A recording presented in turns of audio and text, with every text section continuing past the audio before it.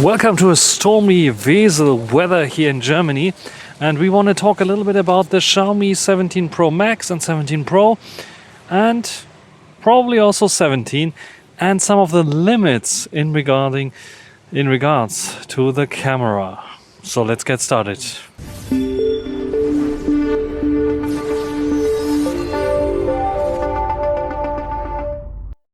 First of all, I like the new HyperOS free animations, lock screens, customizations and the fluidity of the operating system. It's just fantastic what they did here. Also, the new camera application that we already got on HyperOS 2 is a breeze to use, but it's missing some features, just like, for example, dual video is not there anymore. And when you scroll around, you will see, hey, where's the night video or the night photos? Night video is hiding here under video, and you have a night video mode. But photos, if I swipe down, there's no night photo mode. So the only thing that I can do is depend on the AI to kick in for the night photo mode, which is a bit of a bummer. So if I want to have longer exposures, I have to go to the Pro mode, and then it's not as good, especially for anti-shake, for longer exposures. A bummer, isn't it? The other thing is we have 4K recording up to 120 frames per second, as you see there. But there is no slow motion. So if I swipe up and go to slow motion, you can see it is capped to 1080p 120 frames per second. There's no 4K 120 frames per second. So yeah, some people say, oh, you can just record then the video in 4K 120 frames per second, and then you use the video editor to just... Which video editor are you using then? That's the big point. You have to rely on a third-party video editor to do so.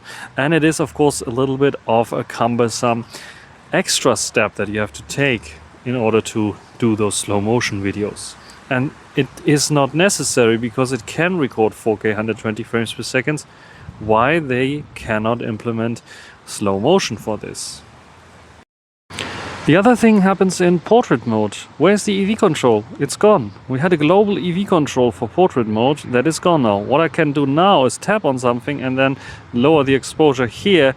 But this is not the same as a global EV setting that we had in previous versions. And it's like, yeah, disabling itself after a few minutes or seconds. And then there's video recording. If you want to enable Bokeh video recording, you have to press here where the filters usually are. There you find Bokeh, but as soon as you slide around, see, it's switching to 1080p.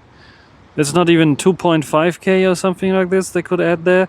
A little bit of a higher resolution.